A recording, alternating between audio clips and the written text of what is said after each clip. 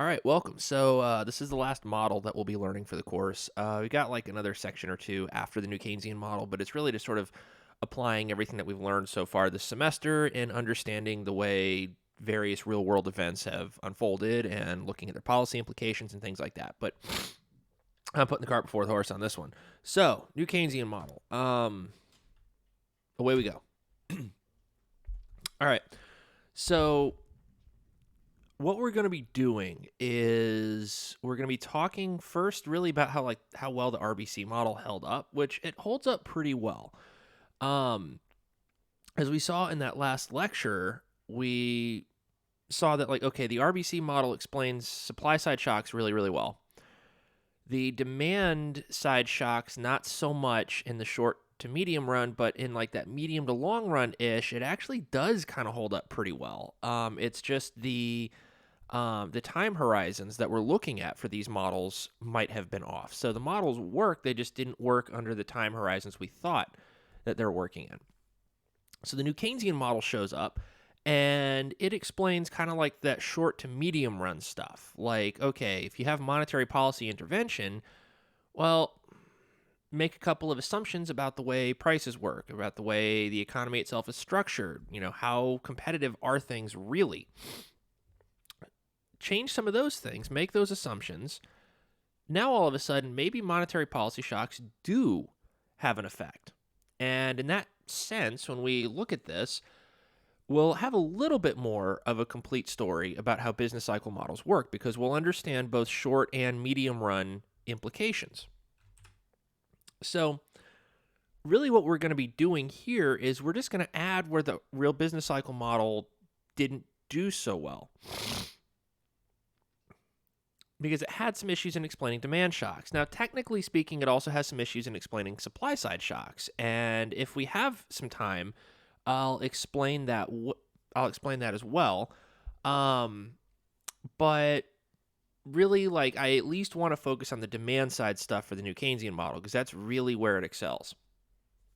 So, fiscal policy shocks didn't really do much. Monetary policy shocks didn't do much. If there's a demand shock really of any sort, it didn't explain it all that well. So we got to find a way to improve on that. So keep the parts of the real business cycle model that worked, right? Keep those micro foundations. We need those. We need to keep the overall general equilibrium setup. We just kind of add some more equations. And ultimately, this is where things get pretty awesome. Don't slap your mom. It's not nice.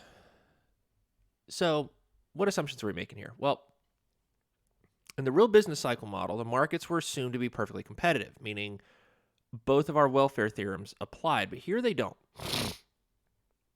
Sorry, the change of season is really screwing with my allergies. So, we don't have perfect competition anymore. We actually have monopolistic competition. So, firms have a little bit of pricing power. It's not like absolute pricing power. Then again, technically, firms never have absolute pricing power because all the monopolist does is just price on the demand curve. But anyways, firms have pricing power. Now, another thing that's different is in the real business cycle model, prices were assumed to be flexible, but here they're sticky. What are sticky prices? Well, moving away from poop jokes, because that's how you get an infection. Seriously, you need to wash your hands and wash your shoes before you ever try brushing your teeth. But when prices are sticky, it means they're slow to adjust. So if there's a shock of some sort, not all the prices get to move immediately after the shock. This is what's known as a nominal rigidity in macroeconomics. It's a rigid rigidity that makes nominal rigidities, quite rigid. Repetitious redundancy, it's definitely a thing. What's an example of this? What is an example of a sticky price? Well, maybe 10, 15 years ago, Subway had this $5 footlong thing, right? You could get any footlong you wanted for $5. Well, I believe they did that right before the 2008 financial crisis.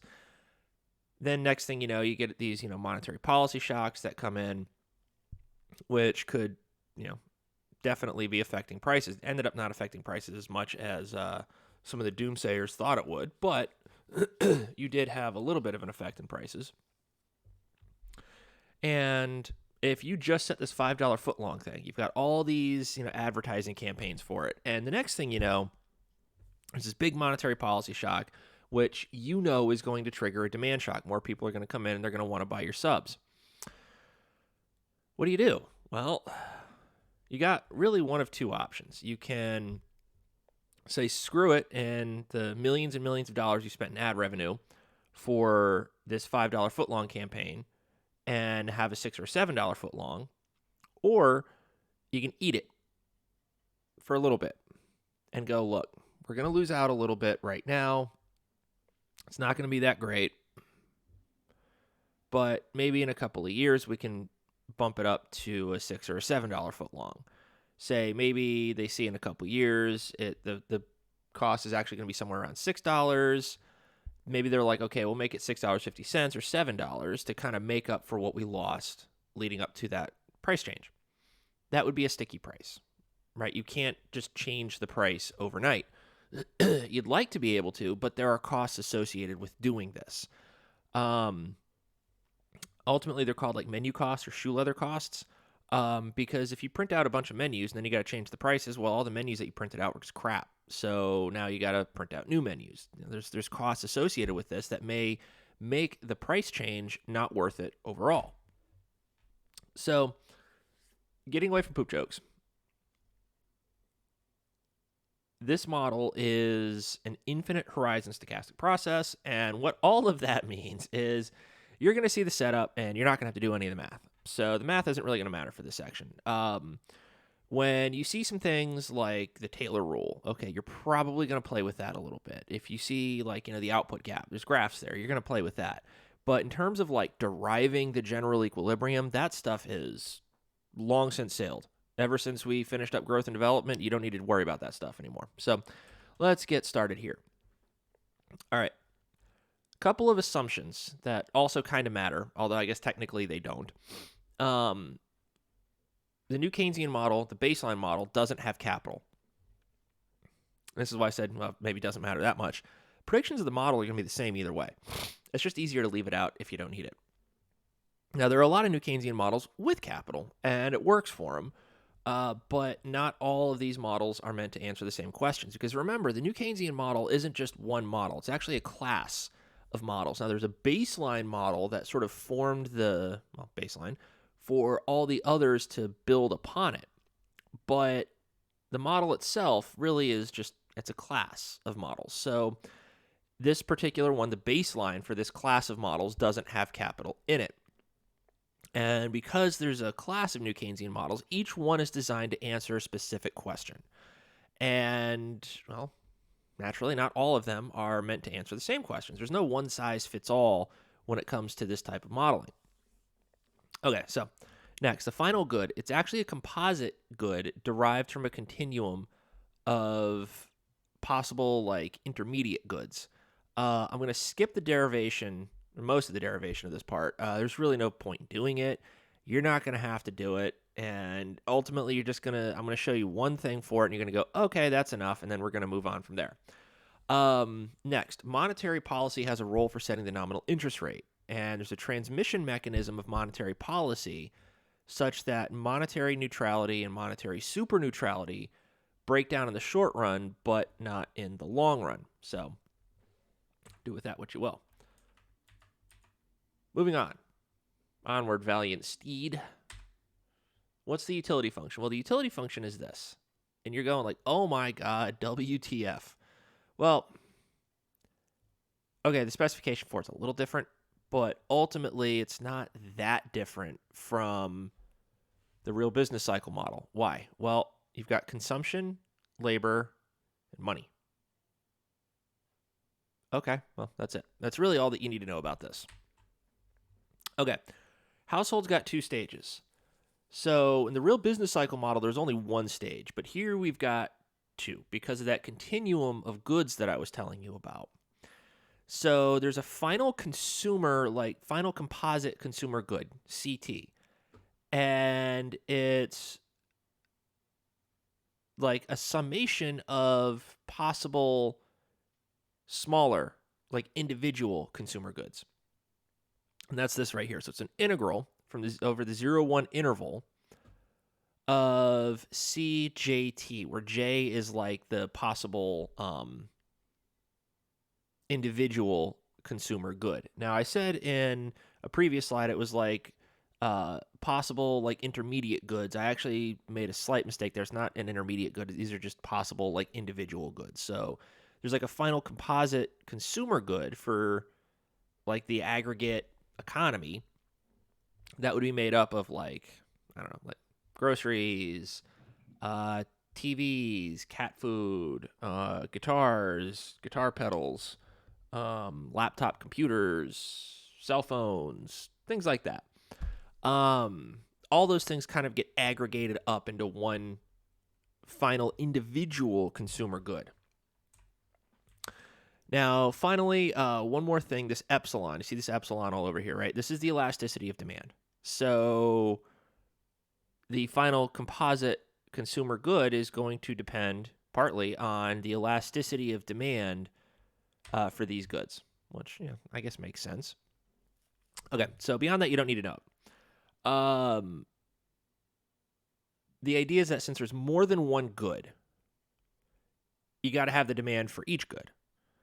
And integrating that thing out gives you a demand curve for each good. And that's kind of what we're interested in, right? Like we want to get this thing as granular as possible, but not too much so that we just spend all the time in the weeds doing all this math that really isn't going to have that much value that gets added to this, right? Marginal cost, marginal benefit. If the marginal benefit exceeds the marginal cost, yeah, go for it. The marginal cost exceeds the marginal benefit, well, maybe you don't want to spend all your time on it. So integrating this thing out, what do we get? Well, we get CJT equals PJT. So that's the price of J at time t over capital PT. What is capital PT? Well, capital PT is like an aggregate price level. So what I'm getting here are relative prices of price J against all other goods. And that is raised to the power of negative epsilon, which is the elasticity of demand, times CT, or like that final composite total consumer good. Now, the idea is, as epsilon gets larger, firms are going to be losing their pricing power. So you can really think of that epsilon as a measure of how competitive the markets are for each individual good. So if epsilon is larger, well, if firms are losing pricing power, what do you think that means for competition? We're getting more competition because the firms can't price as much anymore because there are other firms coming in going, yo, we want to make the same thing and we're going to compete with you and we're going to try to get a lower price so that we can get more customers coming in. So with a larger epsilon, we have a more competitive market structure. All right. That's ending stage 1. Stage 2. This is a little less bad. So we have the household's budget constraint, and in real terms, it's given by equation 4. All right, so what is this telling me? Well, it says that consumption is equal to WTLT, so that's wage labor. Wage labor. What the hell did I just say? Labor income. Wow. It's 9:30 and my brain still hasn't fully woken up yet. Okay, then we get the flow of money, flow of bonds, and this pi t over pt. What is that? Well, those are profits for the firm. So the firm's profits, real profits, pi over like p, right? That's giving me the real profits for the firm, which are then distributed back to the household as dividends. So now, in keeping with the long tradition of the class updating the budget constraint 1 period, well, if you're doing that 2-period model, equation 5 would probably be somewhat useful for you. Now, if you're doing dynamic programming, not quite so much, but such is life. We're going to treat this one as a 2-period model. Why? Well, I don't know, I guess just because it's easier. Okay, so this is what we get. I really wouldn't worry about this at all, to be honest with you. Yeah, you don't need to know it. Good to see it. Take a couple derivatives, and you get equations 7, 8, and 9. What are these? Well, equation 7 is the Euler equation for bonds. Equation 8, Euler equation for money. And then equation 9, that's going to be the labor supply equation. Yeah, we have to tweak some stuff, play around with it a little bit, but ultimately that's what we're going to be getting. So no point in really going too much further than that, because ultimately so far what you're seeing isn't that radically different from the real business cycle model. Real business cycle model, you had Euler equation for bonds, you had an Euler equation for money, and you had a labor supply equation. So the household's decisions aren't any different than they are from the real business cycle model. Okay, firms. Firms also face two stages here. This is where I got the intermediate goods thing a little confused, so my mistake. In the first stage, the intermediate goods get produced, they get made. Right? So you think like steel manufacturers, they want to forge steel sheets that then get sold to car manufacturers to make car stuff. What's a good intermediate good for us to talk about that's relevant right now? Computer chips, right? The computer chips get produced in a plant, which are then sent off to other places where computers are then put together, whether it's like, different like actual computer manufacturers, if you buy like a Dell or a Lenovo or something, or if it's one of those like, hey, kind of put it together yourself, but we're really just buying all these parts and then we're putting them together for you and shipping you a new computer tower, whatever it is, right? These computer chips are intermediate goods. Nobody actually goes, I'm just going to buy a computer chip and only use the computer chip. No, you put it in a computer, which then, it's a processor for your computer to actually operate. That's kind of the way that works. So intermediate goods aren't directly useful for the consumer, but they go into a final consumer good. So that's stage one. So these intermediate goods get produced using, these intermediate goods, are produced, and then they're sold to final goods producers. So it'd be like the chip manufacturer is then selling them off to Dell, Lenovo, whoever puts computers together. I don't remember. I couldn't even tell you who put mine together. It was so long ago. It's probably time to get a new computer. Anyways, so these final goods producers are the ones that actually make the final good, which then goes to the consumer. That's like, if you go to Best Buy and you're like, hey, I want to buy a computer. You go to Costco like I did for my last laptop. You're like, I want to buy a computer for the tower. I bought it in like 2017 or 2018. So hence the name, final good. All right, what are profit flows? Well, profit flows, if you remember, it's just total revenue minus total cost. So what's total revenue? Well, it's that PJT over PT, right? The relative price times YJT, or the output of good J, minus nominal wages over the price level, which gives me real wages, times the amount of labor. Now you're like, well, I thought there was like capital in there too, but there's no capital in this model. So what we're seeing, total revenue minus total cost, because there's no RT times KT or anything like that to give us the capital component of our total costs, right? So it's just labor. Now we can simplify that WT over PT down to just lowercase WT because it's the real wage rate. And that's going to give me this. So profits for good J or firm J are given by this right here. So this pi T, capital pi T, if we go back a little bit, here we go, right here. That's what this is. So the profits that are generated by the firm are then distributed to the consumer. All right. So from the first order conditions, we can define a real marginal cost, lowercase phi of t, or phi sub t, as, say, capital phi sub t over pt, right? Because, one's real, one's nominal. And substitute it into the above equation for profit flows. And that gives me this right here. And you're probably going like, all right, what in the blue F am I looking at here? Well, let's go through it.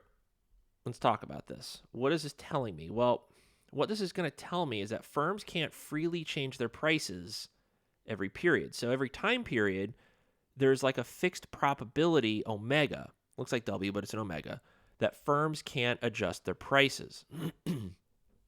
So in the first period, the probability that a firm's going to be stuck with the price that they had before is omega. All right, so we're in period 1, and say probability omega is like 0.05. That means there's a 5% probability I can't change my prices this period. In the next period, that probability becomes omega squared. So here's the cool thing, right? Any number greater than 0, less than 1, squared is smaller than what the actual number is. So 0.05 squared is smaller than 0.05. What is 0.05 squared? Well, 0.025. So each successive period, that probability I can't change my price gets smaller and smaller and smaller. So for every period n after today, which is period t, the probability a firm can't change their price is omega to the n. So as we go further and further in the future, the probability that I can't change my price gets smaller and smaller and smaller, meaning as time goes on, I will eventually be able to change my prices. Maybe I can't do it this period, maybe I can't do it next period, but maybe I can do it in the third period. If not in the third, probably the fourth, something like that. Eventually, we converge to a situation where everybody can change their prices. And when we get to that point where everybody can change their prices, all of a sudden we are now converging to the results given by the real business cycle model. So as time goes by, the chance that you're going to be stuck with the same price as before gets lower and lower and lower. It's still positive, but it eventually gets so small it's like not even worth considering anymore. Now, the firm has to be thinking ahead. The firm's always got to be thinking ahead. So the pricing problem here becomes dynamic because firms are forward-looking. So if you're to take the discounted value or the discounted present value of profits for the firm, I'm skipping the math. There's no way in hell I'm ever going to make you do this. It's going to give us this right here.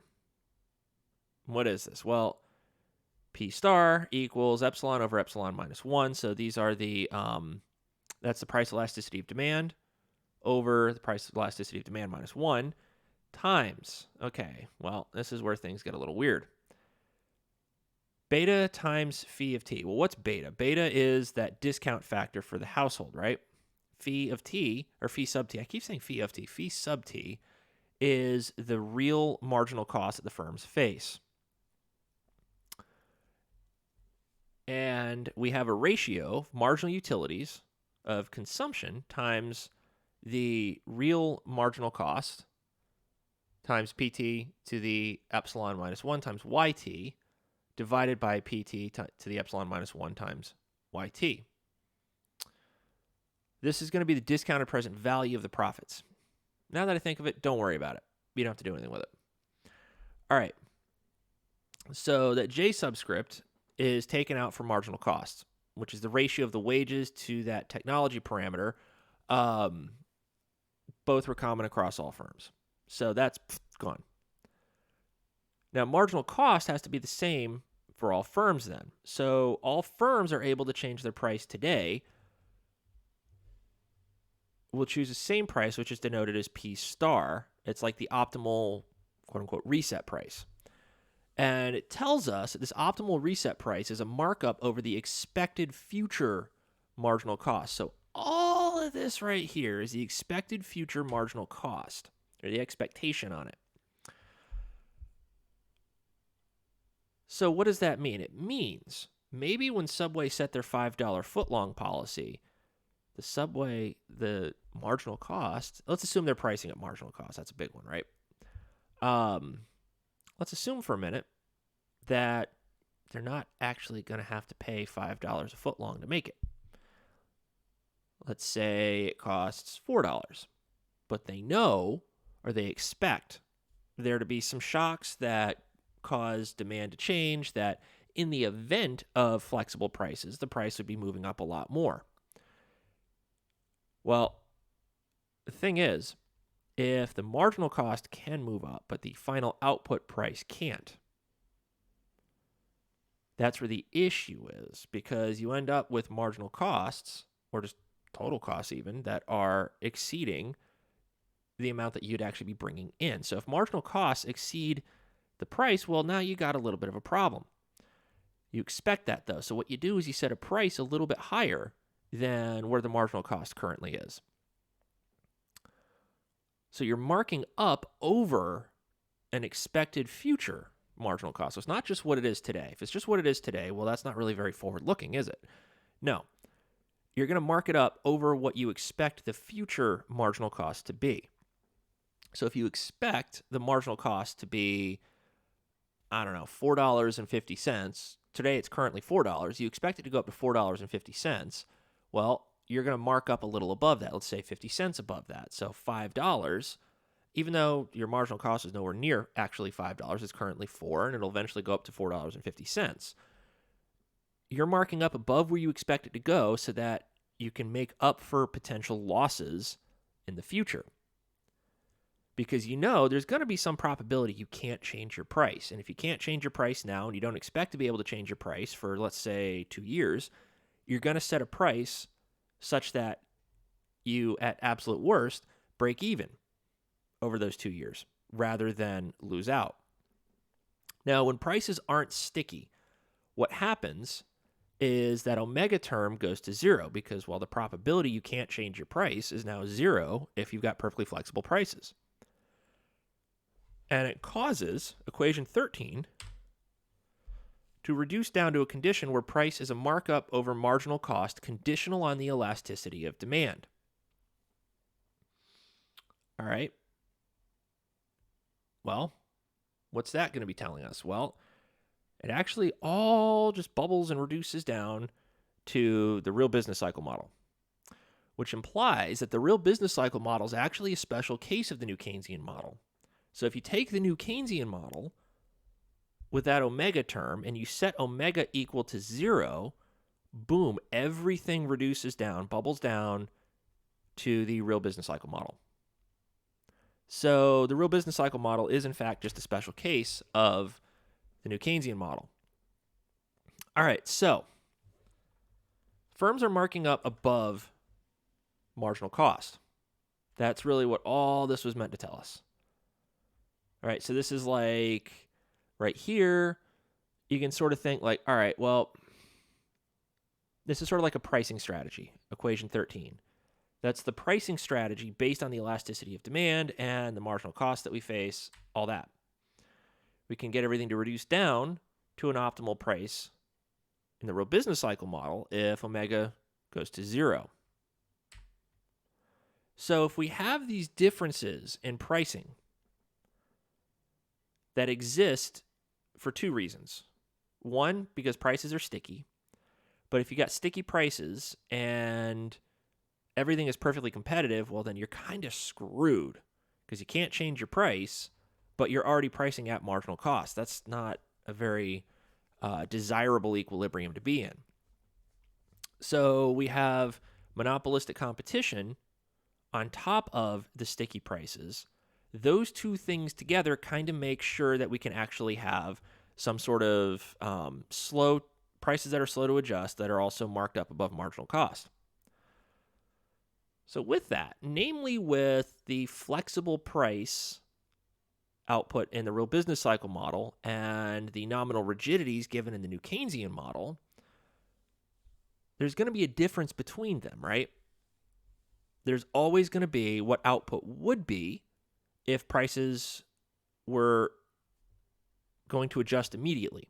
If we had perfectly flexible prices, that output's going to be a little different than output when prices are sticky.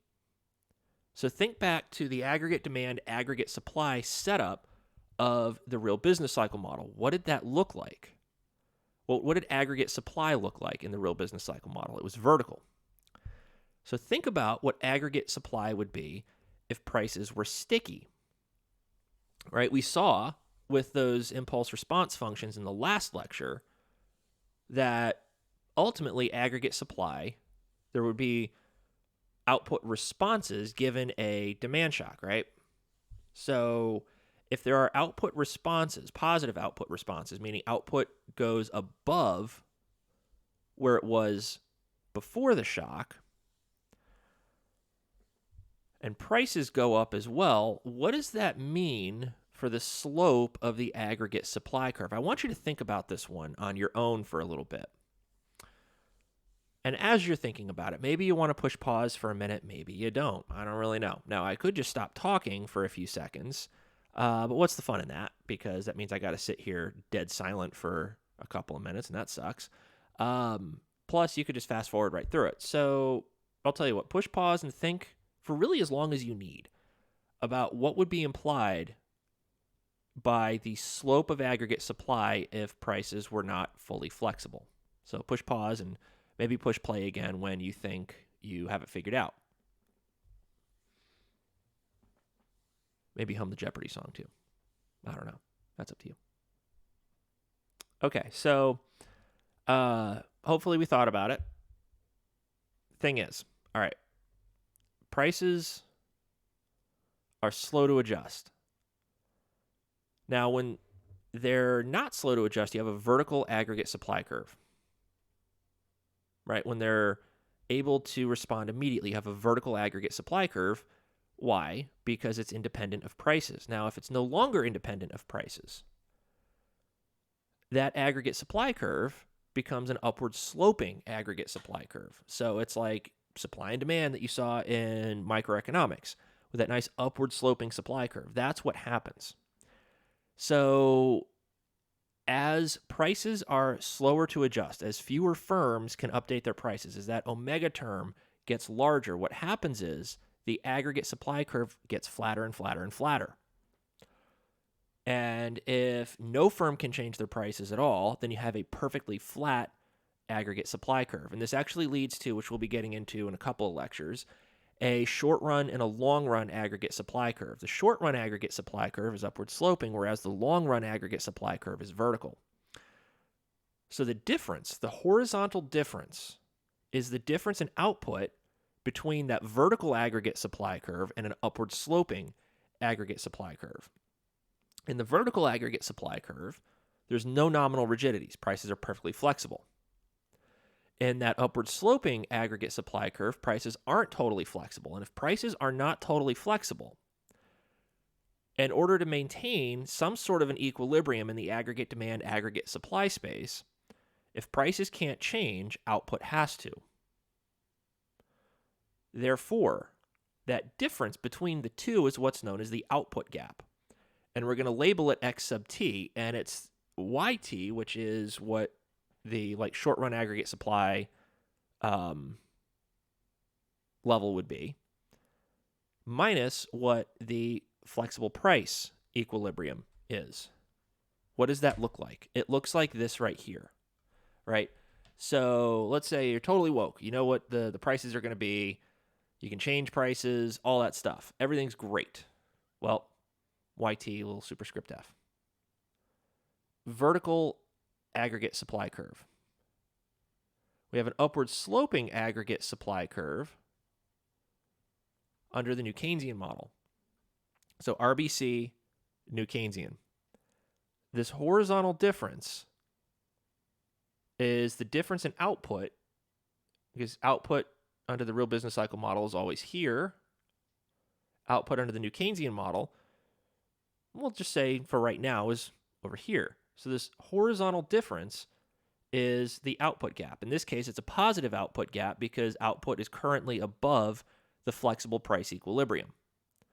If we're down over here, we have a negative output gap. Output's below what the flexible price equilibrium could be. So if we have this upward sloping aggregate supply curve, it's not always going to be a good thing in the short run, right? You can have a positive output gap, in which case, yeah, it's kind of a good thing. But you can also have this negative output gap, which is not a good thing. Now, when these two guys are equal, when YT and YF are equal to each other, where aggregate demand is, right here, we are at an expected price level. That's the reset price level, right? That's the price level that's set by all firms. Now, if, say, aggregate demand shifts all the way up over here, right? So if we're right here, aggregate demand, instead of being down here, is up here. And it intersects right at this point with YT. Well, what's going on? Well, it means there was a demand shock. Demand is above where it was before. And because of this upward sloping aggregate supply curve, we're going to get a little bit more output. And as you can see, if aggregate demand were here, well, the intersection with this YTF would be all the way up here. This is where the price level would be under the real business cycle model. But instead, the price level would be about here, because that's where aggregate demand intersects. Watch where I'm drawing the mouse. Right? Intersects right there. So the price level is here rather than like all the way up here, because prices couldn't fully adjust. And if prices can't fully adjust, we can't be all the way up here in prices or down here in prices. The only way to maintain an equilibrium is to go from output here over to output here. And that's when we have a positive output gap. Now, it's not always a good thing, right? We don't always want to have this positive output gap. It's actually best for the economy in the long run to have the output gap as small as possible. Why is that? Well, if you always have a positive output gap, what's that telling us? It's telling us that the economy is, quote unquote, I hate using this word, but you've probably heard this before, so it's good for you to know what it means. It means the economy is, quote unquote, overheating. A good way to think of it is, it's like we're producing above what our long-run productive capacity is. So people are wanting more stuff than what the economy can actually produce at that point in time. Eventually, because of that omega term, firms can eventually begin to raise their prices. And as they raise their prices, well, we're going to see less of a response in output and more of a response in price. So you don't want the economy to be, quote unquote, overheating, because it ultimately means much higher prices and maybe not that much of a change in output in the long run. So you want, at least for the positive output gap space, this area right here, you want this to be as small as possible, because, well, you don't want super duper high prices. Conversely, well, what if you're down here? Prices are lower. That's good, right? Lower prices are always good. Well, maybe, maybe not. I guess it depends on the source of the lower prices. If it's like a technology shock that's lowering prices, yeah, that's fantastic. If it's a negative demand shock that's causing low prices, that's not really that good. And that's when, if you ever hear anybody talking about deflation being a potentially bad thing, that would be why. A negative demand shock causing lower prices, that's not very good, because you're also getting lower output. We don't want this negative output gap for many reasons. One, well, like I said, you don't want the depressed pricing because of a negative demand shock. You also don't want what that implies, which is a recession. If we're in a recession, because remember, a recession, according to the real business cycle model, was caused only by supply side shocks. But is that necessarily the case? Maybe, maybe not. I can think of a few cases where a recession could be caused by supply-side shocks. I can think of a few cases where recessions were caused by demand-side shocks. If it's caused by demand-side shocks, well, one, that means that demand mitigation can occur. If you remember, the central bank and the fiscal authority in the real business cycle model, they only had power to move the demand curve around. In the new Keynesian model, it's the same thing. They can only move the demand curve. They can't actually change any supply-side factors. They can only move demand around, and then the way demand moves and where demand moves will determine where output's going to be based on that upward sloping aggregate supply curve. So if we have this negative demand shock, well, we're in a recession. That's not a good thing. We've got a negative output gap, and the central bank can come in and use expansionary monetary policy to try to bring aggregate demand back out to where it was before. Thus implying, if we have a positive output gap, the central bank can come in and use contractionary monetary policy to bring us back down to where we were before. So if aggregate demand shifts out over here, Well, the central bank will use expansionary monetary policy to pull aggregate demand back up to here. If aggregate demand is out here, the central bank would use contractionary monetary policy to try to pull it back down over here. So they've actually done this both times very recently. When did it happen? Well, they'll start with a negative output gap. And we'll be talking about this more in the next couple of weeks when we get to the COVID-19 stuff. COVID hits. Well, aggregate demand shifts down. Why did it shift down? We had all the shutdowns. People weren't able to go to work. Yeah, you got the stimmies tried to help things a little bit, but ultimately we had a negative demand shock, and you could even see that when you look at real GDP growth rates. It dropped precipitously in it was either second or third quarter. I think it was second quarter was when it dropped of 2020, and then it kind of actually rocketed back pretty quickly. What happened? Well, we had that negative demand shock, and this was a two-pronged effort. The central bank engaged in a lot of expansionary monetary policy, which we'll learn about in more detail in the last lecture of the course. But the fiscal authority also did a bunch of stuff. They had all their stimmies that they were giving out. And there were all sorts of other spending packages that were going through, trying to keep the economy afloat. The idea was aggregate demand was down here, and they were trying to pull it back up to be here. But then, if you've ever been in one of those old showers with the hot and the cold knobs, and you turn the hot water on, it's just like it's super cold. Let's say it's like winter out, it's like 20 degrees outside or something, and you're really cold, and like the bathroom floor is cold because it's an old house, and you're losing heat through the windows. So even when you're getting into the shower, you're like freezing and you're like shivering. You're like, God, I hate this.